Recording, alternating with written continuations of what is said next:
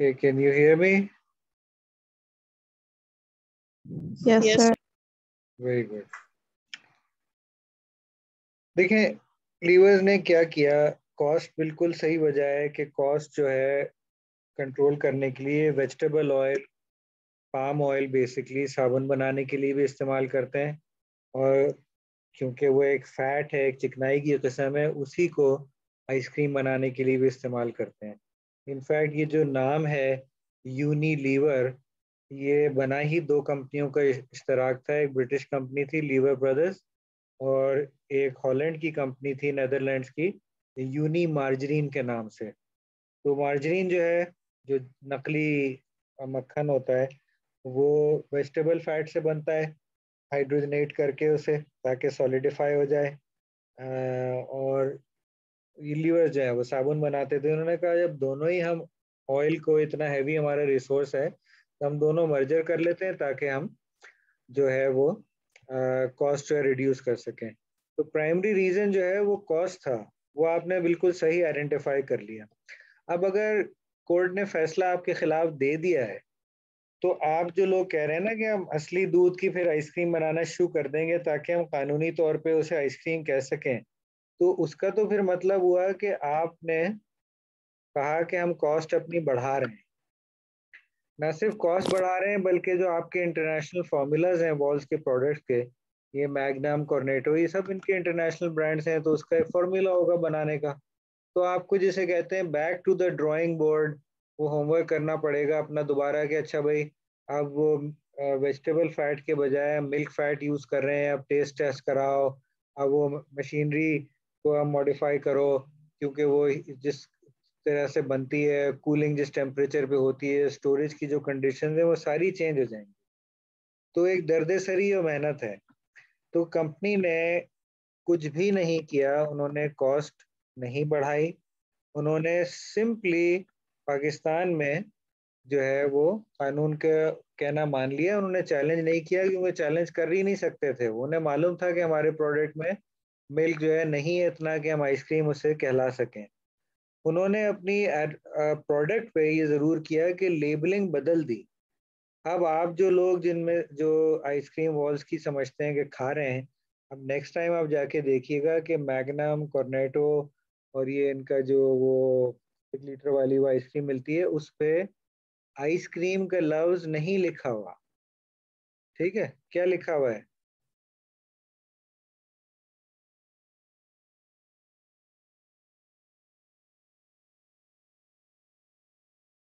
Any idea? No, sir. देखिएगा आप जाके, उस पे लिखा हुआ है फ्रोजन डेजर्ट या मिल्क आइस, ये दो टर्म्स आपको मिलेंगी।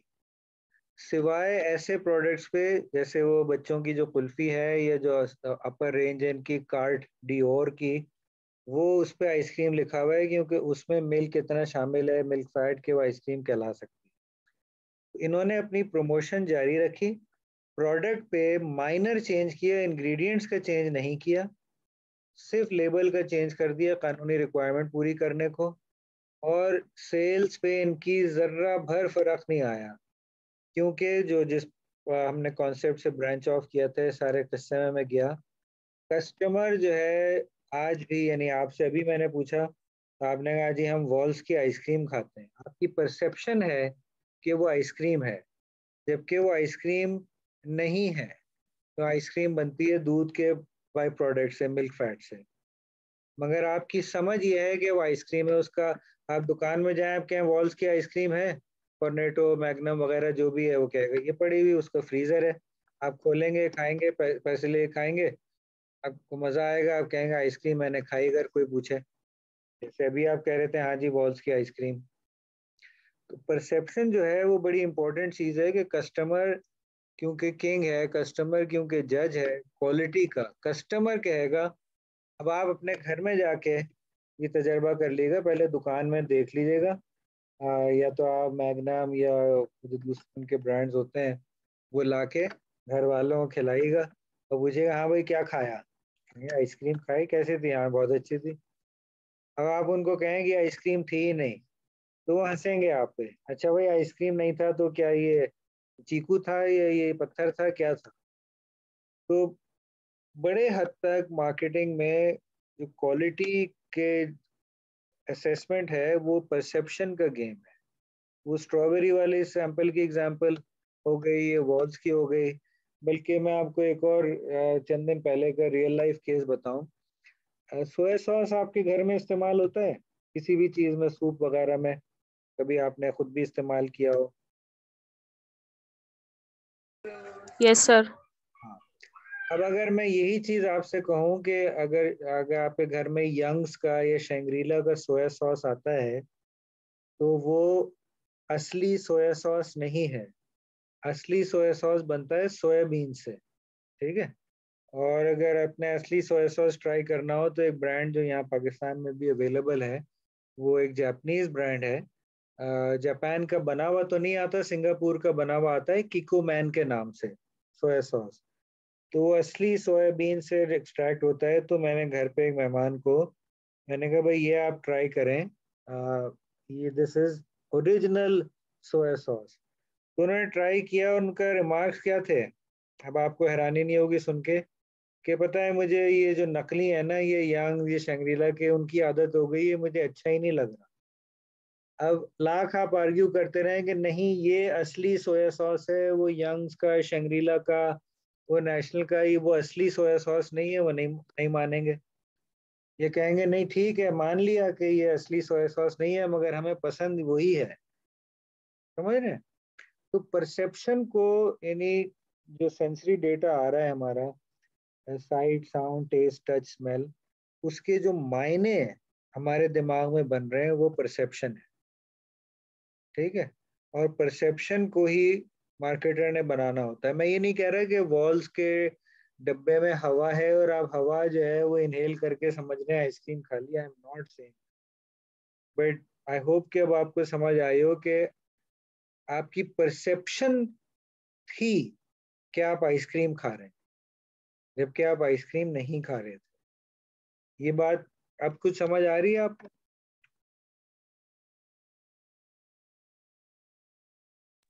Yes, sir. उम्मीद है कि Yes, sir. समझ आया होगा। अच्छा, तो परसेप्शन को मैनेज करना है, परसीव क्वालिटी को मैनेज करना है। जिसका कि कोई बुनियाद जरूर होनी चाहिए, मगर जरूरी नहीं कि आप बेहतरीन चीज बना रहे हो हाईएस्ट क्वालिटी इंग्रेडिएंट से तो कस्टमर की परसेप्शन भी वो उससे मैचिंग करे। कस्टमर की परसेप्शन अपनी परसेप्शन है। अच्छा, पोस्ट परचेस पे आ जाते हैं। जब प्रोडक्ट कस्टमर ने खरीद लिया तो फिर ये एक टर्म है जो हाईलाइट हुई हुई है, आफ्टर मार्केटिंग। के खरीदने के बाद कस्टमर जो है वो उसको, प्रोडक्ट को यूज करता है, लोगों के ओपिनियन उसको सुनने को मिलते हैं, उसका अपना पर्सनल एक्सपीरियंस शुरू होता है। तो खरीदारी के बाद मार्केटिंग खत्म नहीं हो जाती। कस्टमर की सेटिस्फेक्शन खरीदारी के बाद ही शुरू होगी। तो कंपनीज ने ट्रैक रखना होता है, कस्टमर से कांटेक्ट रखना होता है, उसका फीडबैक लेना होता है। अगेन जैसे ही टेस्को केस में था, अगर कुछ अरसा हो गया कस्टमर को आए हुए वापस आपके पास, तो उसको अप्रोच करना होता है और प्रोडक्ट जो है उसको दोबारा बेचने की जो है वो कोशिश जो है वो करनी होती है। कस्टमर अगर डिससेटिस्फाइड हुआ है आपके प्रोडक्ट से, तो वो आपको उससे पूछना होता है कि भाई क्या चीज़ें हैं हम आपको वापस ला सकते हैं किसी तरह। तो उसको आप जो है कोई मराद दे सकते हैं, कोई बेनिफिट दे सकते हैं, कोई प्रमोशनल डिस्काउंट दे सकते हैं कि वो आपका कस्टमर बना रहा है। और अगर कस्टमर छोड़ के भी जा रहा है तो उसके बुरे फीडबैक से आप नेक्स्ट साइकिल में नए कस्टमर्स के लिए इम्प्रूवमेंट कर सकते हैं। ठीक है। अब इसकी रियल लाइफ एग्जांपल हम यूनिवर्सिटी लेवल की देख लें। एक स्टूडेंट ग्रेजुएट होके निकले या निकली यूनिवर्सिटी से, अब वो जॉब्स की उन्होंने तलाश की, फिर उनके अच्छे बुरे जो भी एक्सपीरियंसेस रहे, तो यूनिवर्सिटी अगर उनको बुला के पूछे कि भाई आपने जो हमारे पास सीखा, 2 साल अगर मास्टर्स करने आए या 4 साल अगर बैचलर्स किया है, तो आपको फायदा हुआ, नुकसान हुआ, कोई बेनिफिट हुआ, क्या तजर्बा रहा आपका, कोई चीज़ हमसे रह गई हो हम और वो भी सिखा देते आपको, अगर आपको दोबारा इस प्रोग्राम से गुजरना होता आप क्या चाहते? तो कस्टमर जा चुका है, वो दोबारा बैचलर्स करने या मास्टर्स करने नहीं आएगा आपके पास, मगर उससे जो फीडबैक मिल रहा है उससे आप नेक्स्ट साइकिल जो है वो उसको इम्प्रूव जो है वो कर सकते हैं। अच्छा, मैनुअल्स की बात है, पेपर मैनुअल्स होते थे, अब ऑनलाइन मैनुअल्स हैं। सॉफ्टवेयर यूज करते हैं तो वहाँ हेल्प का एक बटन होता है, फिर फोरम्स बने हुए होते हैं जहाँ के एक्सपर्ट्स जो है वो बैठे होते हैं, वो आपको गाइड कर सकते हैं, अम, ताकि जो है कस्टमर्स को प्रोडक्ट का सही यूज जो है वो करना जो है वो आ जाए। अभी आप देखें, दो यहाँ मिसालें दी हुई हैं। ये इंट्यूइट एक कंपनी है जो, एक्सक्यूज मी, इंट्यूट जो है वो एक पर्सनल अकाउंटिंग सॉफ्टवेयर, आपके ज़ाती जो बैंक बैलेंस है और आपके जो पर्सनल फाइनेंसेस हैं, टैक्स की पेमेंट है, उसको मैनेज करने का सॉफ्टवेयर बनाते हैं। तो ये क्या करते हैं कि ये रेगुलरली जो पहली दफ़ा इनका प्रोडक्ट खरीद रहे हैं, ठीक है, वो उनको घर तक फॉलो करते हैं। पहले जब प्रोडक्ट जो है वो सीडी डीवीडी या फ्लॉपी डिस्क में बिकता था, तो ये उस ज़माने की बात है। अब जो है वो घरों पे उनको कांटेक्ट करके कि हाँ भाई आपने हमारा प्रोडक्ट डाउनलोड किया है, हम आप पे आना चाहते हैं, कि पहली दफ़ा जब इंस्टॉल हो रहा है और यूज़ हो रहा है उसको हम देखना चाहेंगे कि आपको क्या एक्सपीरियंस आ रहा है। ठीक है, आसान है, मुश्किल है, या क्या है।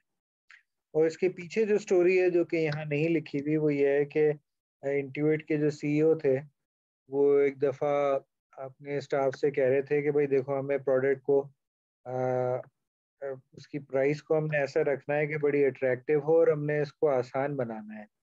तो बाज़ एम्प्लॉयज़ ने कहा कि बॉस, ऑलरेडी हमारी प्राइस काफ़ी कम है, $50-60 कितने का सॉफ्टवेयर है हमारा, और बड़ा इजी टू यूज़ है। तो उसने उनको समझाया कि देखें, हमारा मुकाबला दूसरे महंगे वाले सॉफ्टवेयर से या ऐसे कस्टमर्स हमारा टारगेट नहीं है जिनके पास टैक्स के और वेल्थ मैनेजमेंट के बैंकर्स मौजूद हैं। हमारा तो मुकाबला है पेंसिल, पेपर और कैलकुलेटर रखने वाले जो जो काम जिससे चला रहे हैं। तो हमारा सॉफ्टवेयर जब तक इतना आसान नहीं होगा कि वो इतना ही आसान लगे कि पेपर, पेंसिल और कैलकुलेटर इस्तेमाल करने वाले को, तो मज़ा नहीं आएगा। फिर हमारा सॉफ्टवेयर ज़रा भी मुश्किल लगा वो यूज़ नहीं होगा, अगर खरीद भी लिया, और नहीं यूज़ होगा तो फिर नेक्स्ट टाइम नहीं लेंगे वो। तो इनफैक्ट इंट्यूट के तो सीईओ भी एक ज़माने में जाया करते थे जब स्टोर्स में प्रोडक्ट सॉफ्टवेयर बिकता था, फ्लॉपीज में, हार्ड डिस्क में, सीडी डीवीडी में, तो वो अपने आप को इंट्रोड्यूस करके कि भाई मैं इंट्यूट का सीईओ हूँ और आपने प्रोडक्ट लिया, थैंक यू वेरी मच, अब मैं आप घर चल के आपके साथ जो है इसकी इंस्टॉलेशन और फर्स्ट टाइम यूज देखना चाहूँ। तो फर्स्ट हैंड एक्सपीरियंस सीईओ खुद लेना चाह रहे हैं कि या कंपनी के एम्प्लॉयज के, भाई देखें कस्टमर को इंटरेक्शन क्या आ रहा है, यूजेज में क्या, ठीक है ना। अब कई प्रोडक्ट्स हैं जो मैं कभी सोचता हूँ, जैसे अभी मैं एक खाली मिसाल आपको दे रहा हूँ तो इसको दूसरे सेंस से मत लीजिएगा। एक चॉकलेट मैन्युफैक्चरर है, स्विट्जरलैंड की चॉकलेट है, लिंट के नाम से, LINDT, ठीक है, और बड़ी प्रीमियम चॉकलेट है। उसकी पैकेजिंग जो है वो, मतलब उसकी पैकेजिंग टुकड़े उड़ाए बगैर, उसको फाड़े बगैर वो सही तरीके से नहीं खुलती। हालांकि उन्होंने अपने तय फ्लैप दिए हुए हैं कि भाई खोल के आप बंद कर लो, मगर वो फ्लैप खोलने में वो पैकेजिंग हमेशा फटती है।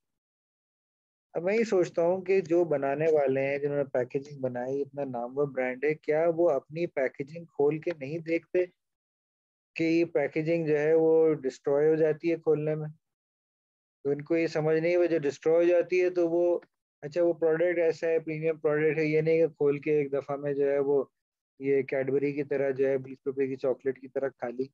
प्रीमियम चॉकलेट है, स्पेशली अगर डार्क चॉकलेट है, और वैसे भी आप डार्क चॉकलेट पूरी एक बार नहीं खा सकते, तो टुकड़े टुकड़े करे खाते हैं। तो अगर पैकेजिंग ऐसी हो कि आराम से बंद हो सकती हो, तो उसकी स्टोरेज ही बेहतर हो जाएगी। तो ये सारी जो बातें हैं, सुनने में समझने में तो बहुत आसान है, मगर हैरानी यही होती है कि कंपनियां इसको फॉलो नहीं करती। ठीक है, तो आप जब मार्केटिंग के कंपनी कभी ज्वाइन करेंगे इंशाल्लाह, करीब जॉब के लिए जाएंगे, कोई ब्रांड मैनेज करेंगे, तो आप देखिएगा कि बहुत सी चीज़ें जो आपको ऑब्वियस लगेंगी, वो कंपनी वाले उसको सोच ही नहीं रहे, ब्रांड को बेहतर बनाने के लिए, कस्टमर को ज़्यादा सेटिस्फाई करने। चलिए, do we have any more people now? Saqib हयात साहब भी आ गए. Okay. Total of 6 people from probably 35. Right. हाँ, अपनी अटेंडेंस प्लीज इसमें डाल दिएगा वापस हर सेशन में, नाम और रोल नंबर के साथ, ताकि एक रिकॉर्ड रहे. तीसरे सेशन में भी डाल दिए. अच्छा, ये कस्टमर के सर्विस के प्रोग्राम्स हैं. सिमिलरली ये कि प्रोडक्ट और सर्विसेज जो हैं वो साथ साथ चलती हैं. तो खाली प्रोडक्ट नहीं बेच देना, उसकी आफ्टर सेल सर्विस, उसकी रिपेयर, मेंटेनेंस, इनफैक्ट रीसेल. ये सुजुकी पे जो रिपोर्ट बना रही हैं, तो आप देखिएगा कि अक्सर जो है प्रमोट करते हैं कि भाई आपने अपनी पुरानी सुजुकी अगर बेचनी हो तो वो भी आन के आप हमारे पास बेच सकते हैं. ये हमेशा नहीं चलाते हैं, मगर कभी कभार ये प्रमोशन चलाते हैं, तो हम आपको एक अच्छी प्राइस जो है वो दे देंगे उसके ऊपर. तो इवन रीसेल जो है वो कंपनी जो है उसमें आपको जो है वो दे रही है. तो खाली प्रोडक्ट बेच के एक दफ़ा साइट पे नहीं हो गए, वो आपको सर्विसेज भी जो है वो देते जा रहे हैं. और उसमें 7th चैप्टर में तो ऑनलाइन और ये डिजिटल मीडिया की मार्केटिंग का बताया गया है. बट यहाँ जैसे ट्विटर का जिक्र है कि इन्होंने देखा कि अगर कस्टमर का इंटरेक्शन जो है वो कस्टमर सर्विस रिप्रेजेंटेटिव से हो जाए ट्विटर पे, तो वो उस ब्रांड को प्रेफरेंस जो है उस एयरलाइन ब्रांड का जो है वो बढ़ जाता था. तो कस्टमर जो है वो मल्टीपल सोर्सेज को देख रहे होते हैं, खाली जो है वो प्रोडक्ट को नहीं देख रहे होते. अच्छा, कॉन्ट्ररी टू अच्छी सर्विस, अगर बुरी सर्विस है तो उससे आपको ये जो हाईलाइट हुआ हुआ है, नेगेटिव पब्लिसिटी मिलेगी, बैड वर्ड ऑफ माउथ मिलेगा, और सोशल मीडिया जो है उसने कस्टमर्स को वो एम्पावर कर दिया है कि वो अपने बैड व्यूज को भी बहुत ज़्यादा वो स्प्रेड कर सकते हैं.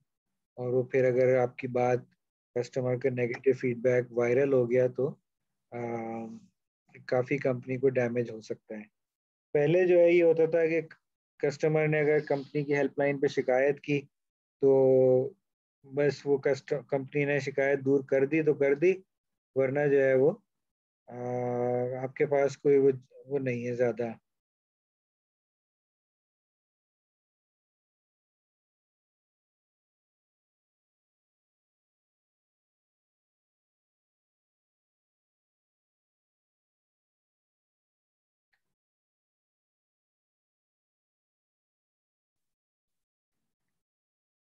ऑप्शन नहीं होता था आपके पास अपनी शिकायत की सुनवाई का. मगर अब सोशल मीडिया के साथ ये हुआ है कि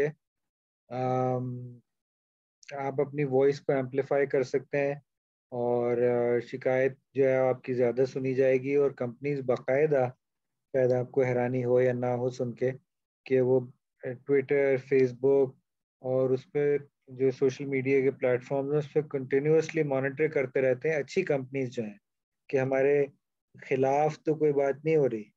खिलाफ पे खास तौर पे वो फोकस करते हैं. शायद आपने पहले पढ़ा हुआ हो कि अगर कस्टमर डिससेटिस्फाइड होता है, तो वो बाहर की रिसर्च ये है कि 11-12 लोगों को बताएगा, बुराई करेगा कस्टमर की, प्रोडक्ट की. और अगर वो सेटिस्फाइड है तो वो 5-6 लोगों को ही बताएंगे. तो कंपनीज जो है वो बड़े अलर्ट होती हैं कि कहीं ऐसा ना हो कि बुराई कोई हमारी कर रहा हो, वो फिर स्प्रेड जो है वो होना शुरू हो जाएगी. चलिए, ये हो गया. अच्छा, लॉयल्टी प्रोग्राम से तो आप शायद वाकिफ होंगे कि कस्टमर को जो है वो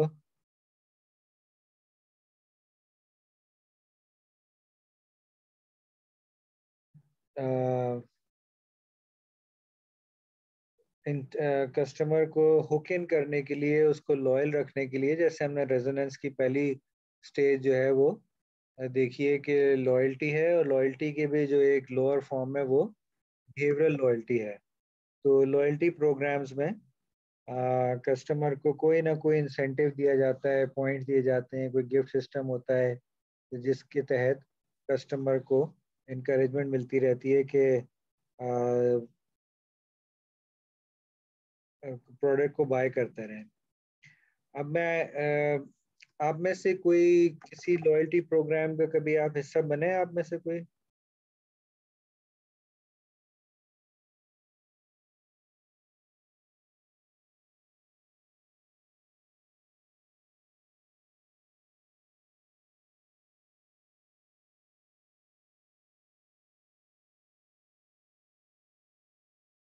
okay, can you guys still hear me? जब जवाब नहीं आता तो मैं पूछने मजबूर होता हूँ कि आवाज आ रही है या नहीं आ रही।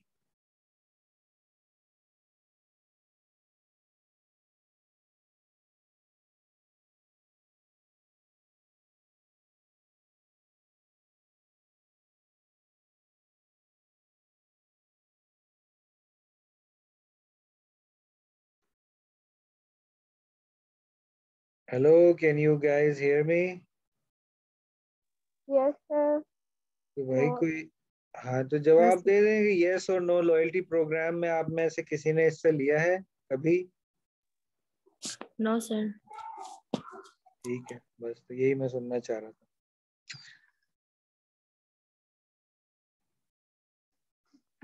पीआईए के भी लॉयल्टी प्रोग्राम है, फ्रीक्वेंट फ्लायर प्रोग्राम जो कहलाते हैं। तो अब एक लॉयल्टी प्रोग्राम को अच्छे तरीके से भी चलाया जा सकता है और एक क्रूड तरीके से भी चलाया जा सकता है। तो ये रियल लाइफ एग्जांपल है। मेरे फादर का पीआईए का लॉयल्टी कार्ड था, क्योंकि वो फ्रीक्वेंट फ्लायर थे। तो हमारे ताया की डेथ हुई तो इस्लामाबाद में होते थे। तो मैं और फादर जो है वो ज़ाहिर इमरजेंसी में ये कायद आज़म इंटरनेशनल एयरपोर्ट पहुंचे, पीआईए काउंटर पे गए और अगली सुबह के लिए फ़्लाइट बुक करनी थी ताकि हम तदफीन में जो है हिस्सा ले सकें। तो टिकट के साथ साथ, क्योंकि वो फ्रीक्वेंट फ्लायर के प्रोग्राम के मेंबर थे, तो मेरे फादर ने काउंटर पे पीआईए कहा भी कि मैं फ्रीक्वेंट फ्लायर का मेंबर हूँ। तो उसने कहा कार्ड दिखाएं। ठीक है। अब क्योंकि वाले साहब दफ्तर से डायरेक्टली गए थे तो कार्ड उस वक्त उनके पास नहीं था। तो उन्होंने कहा भाई कार्ड नहीं है मेरे पास। तो उन्होंने कहा नहीं, फिर तो हम ये इसको उस प्रोग्राम का हिस्सा नहीं बना सकते, ये जो 2 टिकट्स आप ले रहे हैं। अब आपके ख्याल से पीआईए कुछ और कर सकता था ताकि वो एक लॉयल कस्टमर को जो कि आपके लॉयल्टी प्रोग्राम में शामिल है अकोमोडेट अकोमोडेट कर ले उस वक्त?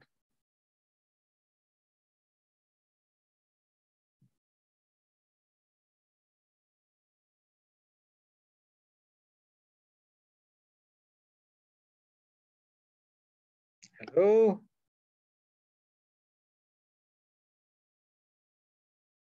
What? No sir? Yes sir? Yes, sir. No sir, कुछ भी नहीं कर सकते थे आप? अगर पीआईए के काउंटर पे होते हैं या आप पीआईए कंपनी चला रही होती हैं, तो आप ऐसे केस में कि कस्टमर अपना लॉयल्टी कार्ड भूल गया है मगर वहाँ खड़े हुए खरीद रहे हैं आपका प्रोडक्ट, तो आप उनको कहेंगे हम नहीं जानते आपको? No, sir. ऐसा तो नहीं बोलेंगे। अगर नहीं तो लॉयल कस्टमर उन्होंने तो हम ऐसे ही तो बोला ना, उन्होंने कहा कि कार्ड नहीं है तो मतलब आप फिर हमारे फ्रीक्वेंट फ्लायर के मेंबर नहीं है। सर वो देखिए आप, लॉयल कस्टमर है, अगर ऐसा बिहेवियर रहा तो फिर वो प्रोडक्ट लेना पसंद नहीं करेंगे ना। अब पीआईए केस में तो मजबूरी है ना, बड़ी एयरलाइन ही वही है पाकिस्तान के अंदर, बाकी तो इतनी छोटी छोटी एयरलाइन है। पॉइंट मेरा ये है कि अगर पीआईए में सेंस होता, तो पीआईए बहुत ही खराब कंपनी है, मार्केटिंग के लिहाज से बहुत ही बुरा इनका स्टैंडर्ड है। अगर ये सही ट्रेनिंग देते तो ये कह सकते थे कि अगर कोई कस्टमर अपना कार्ड भूल गया है तो आप उसके शनाख्ती कार्ड से आप उसको आइडेंटिफाई कर सकते हैं, क्योंकि डेटा तो सारा है आपके पास। ठीक है। आप उसकी पिक्चर से आइडेंटिफाई कर सकते हैं, आप उसकी कोई और आइडेंटिफाइंग कैरेक्टरिस्टिक्स आइडेंटिफाई कर सकते हैं, यानी कार्ड का लाजमी होना क्यों जरूरी आपने बना दिया। ये मेरा पॉइंट है कि कस्टमर खड़ा हुआ है लॉयल, वो सिर्फ कार्ड ना होने की वजह से आप नहीं मान रहे कि नहीं आपको हम लॉयल्टी प्रोग्राम के वो बेनिफिट देंगे, चाहे किसी भी वजह से फ्लाई कर रहा हो। तो अगर कंपनी में समझ हो कि हाँ हमें कस्टमर को अहमियत देनी है, तो ये फिर ब्यूरोक्रेटिक जो छोटे छोटे rules and policies and procedures वाली बात है ना, उसको छोड़ें और वो कस्टमर को अकोमोडेट करें। क्यों, कस्टमर तो वही है, उसके शनाख्ती कार्ड से आप आइडेंटिफाई कर लें।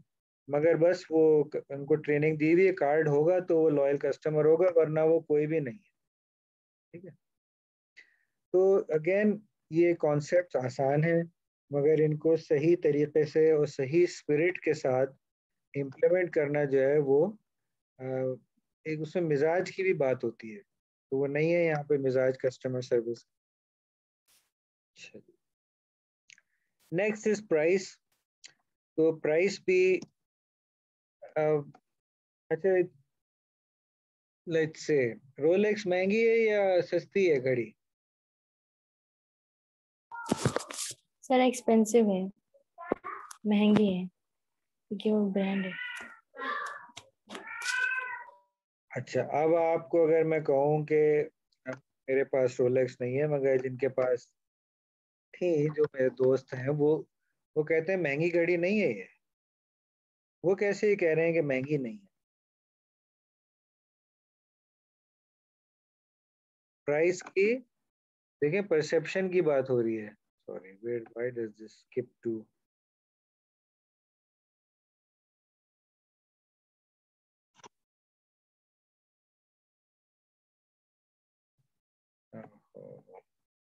Sorry about that.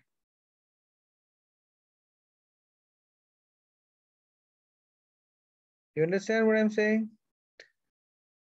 महंगी या सस्ती की बात नहीं है, उन लोगों का कहना यह था कि ये बहुत अच्छी खरीद है, इसकी रीसेल वैल्यू बहुत अच्छी होती है रोलेक्स की, और इसकी जो हमें प्रेस्टीज मिलती है, और इसकी जो रिलायबिलिटी है वो वर्थ इट है, तो ये महंगी घड़ी नहीं है।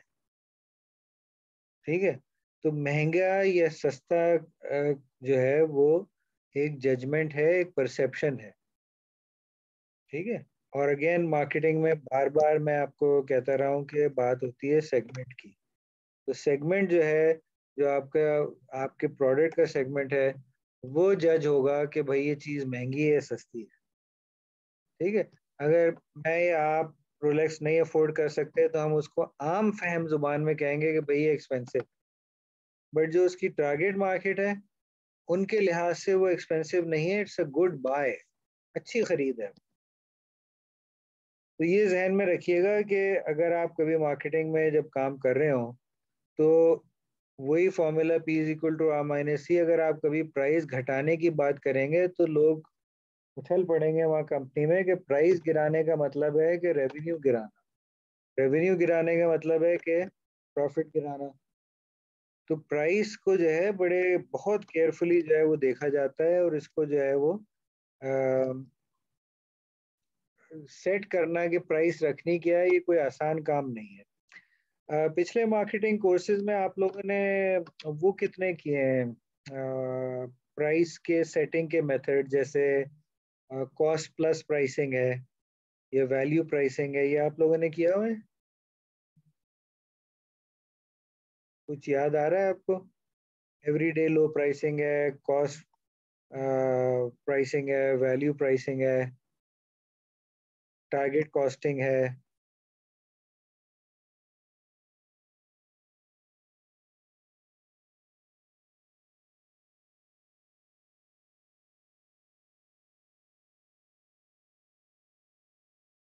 हेलो?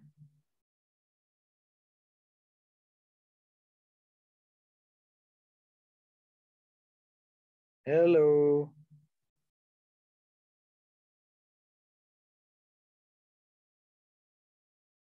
ओके।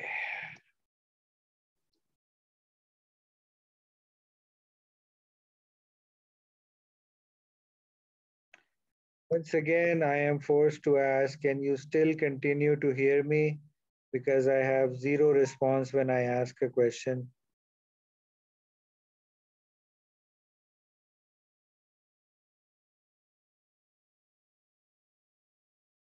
आवाज आ रही है आप लोगों को?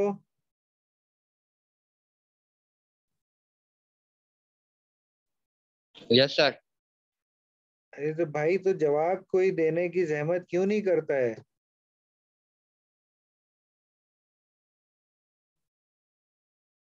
इसका भी कोई जवाब नहीं है। खैर, सर अभी देंगे, अभी आवाज सही आ रही है। अच्छा, पहले मेरी आवाज नहीं आ रही थी? नहीं सर, मेरा वो नेट का इशू चल रहा था, बार बार खुद ब खुद ज़ूम बंद हो जाता था। अच्छा अच्छा अच्छा। तो भाई सवाल यह है कि आपने जो पिछले मार्केटिंग के कोर्सेज किए हैं, हम टॉपिक डिस्कस कर रहे हैं इस वक्त प्राइस का। तो प्राइस को जो हम डिटरमिन करते हैं कि हमने प्रोडक्ट की प्राइस रखनी क्या है, उसके मुख्तलिफ मेथड्स होते हैं। कॉस्ट प्लस प्राइसिंग है, टारगेट कॉस्टिंग है, वैल्यू प्राइसिंग है, एवरीडे लो प्राइसिंग है।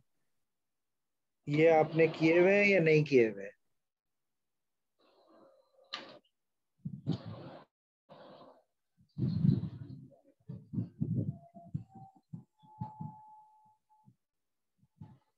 अच्छा, आपको मेरी आवाज नहीं आ रही है शीरी हसनी साहिबा? मेरी आवाज कट रही है?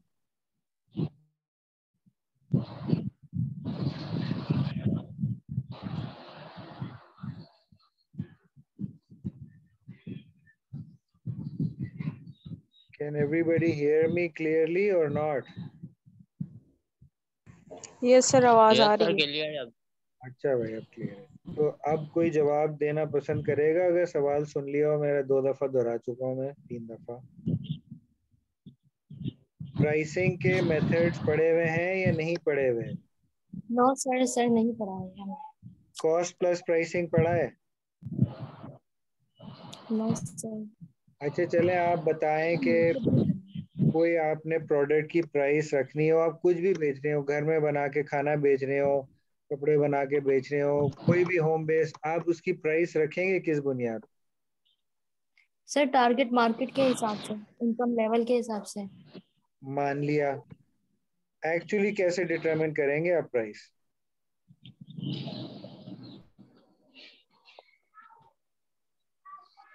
कि लोग जहाँ पे रहते हैं, जो प्लेस है जहाँ पे हम कोई प्रोडक्ट सेल करना चाहते हैं, तो वहाँ के लोगों की इनकम क्या है और टारगेट मार्केट क्या है, मेल है फीमेल है। लेट से आपने ये सब पता लगा लिया। अब आप कोई प्रोडक्ट बना रही हैं, लेट से आपने घर से पिज्ज़ा बेचना शुरू किया, ठीक है? Yes sir. और आप बेच रही हैं लेट से अपने इलाके के, या जहाँ भी कोई और इलाका, आप जो भी समझना चाहें वो ले लें। सवाल तो ये है कि डेमोग्राफिक प्रोफाइल तो आपने कर ली कि हमारे टारगेट मार्केट कस्टमर कौन है। प्राइस क्या रखेंगे आप अपने प्रोडक्ट की, उसका तयन कैसे होगा? सर लोगों की इनकम लेवल के हिसाब से प्राइस रखेंगे ना। भाई एक करोड़पति है, उसको आप पिज्ज़ा क्या 5,000 रुपए का बेचेंगी? और गरीब जो है, उसको जो है वो 5 रुपए का बेचेंगे? आप मुझे बताइए, प्राइस एक नंबर होता है, वो प्राइस रखेंगी किस बुनियाद पे आप? ये तो आपने कह दिया है कि टारगेट मार्केट को देखते हुए, देख लिया टारगेट मार्केट को, और किस चीज को देखना है प्राइस रखते हुए? सर प्रोडक्ट की कॉस्ट को देख के फिर देन प्राइस रखेंगे। ये कौन बोल रहा है? युस्ता। हाँ युसरा। ये युसरा ने एक मेथड बताया है, इसे कहते हैं कॉस्ट प्लस प्राइसिंग। कि भाई मुझे पिज्ज़ा कोई ले लें, मुझे ये पिज्ज़ा बनाने में 400 रुपये लगे हैं, मैं इस पे अगर 300 रुपये का मुनाफा बना लूं तो मेरी प्राइस हो जाएगी 700 रुपये। 200 रुपये का मुनाफा बनाओ तो 600 हो जाएगी, 100 रुपये का 500 and so on so fourth. तो ये एक सबसे कॉमन मेथड है प्राइस सेट करने का, कि आप अपनी कॉस्ट को देखते हैं, ठीक है, और फिर आप उस पर अपना मुनाफा लगा के प्राइस जो है डिटरमिन कर लेते हैं। ये हो गया कॉस्ट प्लस प्राइसिंग, ठीक है। नाउ लेट्स से कि आपकी कॉस्ट आ रही है 400 रुपये पिज्ज़ा बनाने की, और जिस इलाके में आप बेचना चाह रहे हैं वहां पिज्जा बिक रहा है 350 रुपए का, कंपेरेटर आपका 350 का बेच रहा है, आपकी कॉस्ट ही 400 रुपए की आ रही है। अब आप क्या करेंगे?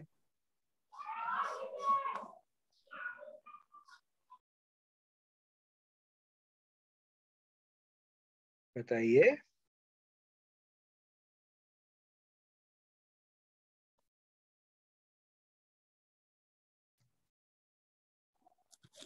सर कॉस्ट को कम करेंगे।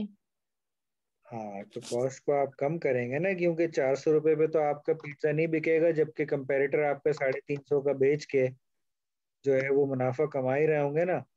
तो आप देखेंगे कि भाई मेरी कॉस्ट 400 क्यों आ रही है, किस तरह से मैं अपनी कॉस्ट को कम कर सकता हूँ ताकि कम से कम 350 पे तो बिक सके जितने कंपेरेटर बेच रहा है।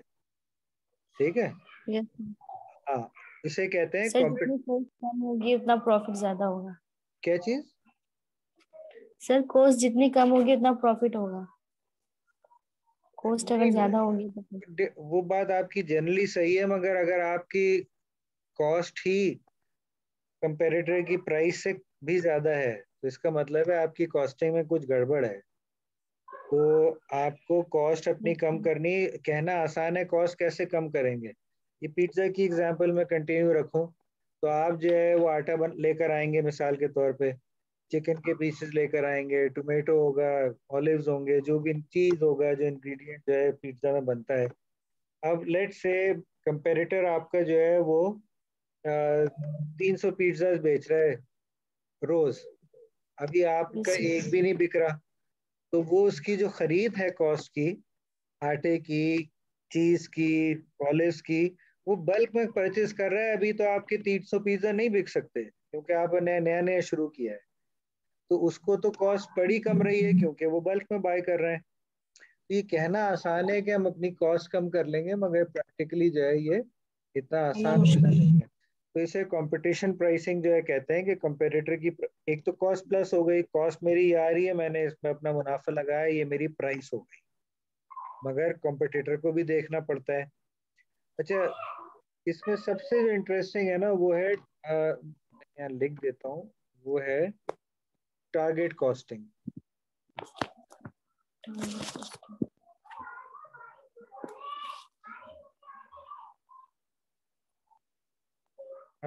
आई होप कि स्क्रीन शेयरिंग में नजर आ रहा हो ये आपको जो मैं लिख रहा हूँ।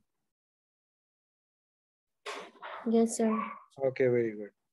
टारगेट कॉस्टिंग की जो बेहतरीन मिसाल है हिस्टोरिकली, वो है हेनरी फोर्ड की, जो फोर्ड मोटर कंपनी के बानी थे। तो जब उन्होंने अपनी गाड़ियां बनाने का सोचा, ऑटोमोबाइल, ये 100 साल पहले का किस्सा है, बट क्लासिक है ये किस्सा।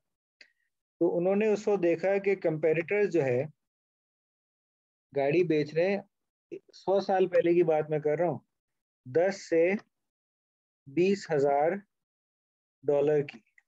ठीक है, 100 years ago। यहाँ तक बात समझ में आ गई? Yes sir. फोर्ड ने क्या कहा? फोर्ड ने कहा मैं गाड़ी बेचूंगा 1,000 डॉलर की।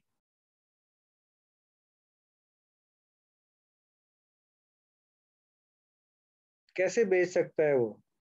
कंपेरेटर बेच रहे हैं 10,000 की, कम से कम 10 से 20 हजार डॉलर की, और उसने कहा मैं 1,000 डॉलर की गाड़ी बेचूंगा। अगेन कीप इन माइंड 100 साल पुराना वाकया है। आज 10,000 डॉलर की वैल्यू, 100 साल पहले के 10,000 डॉलर की वैल्यू $2.5 लाख है।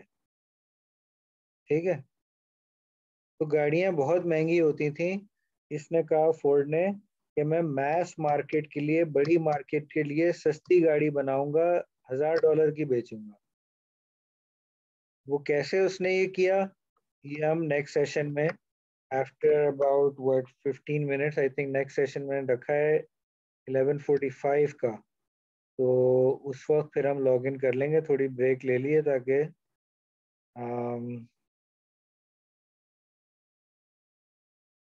हम दोनों को ब्रेक मिल जाए।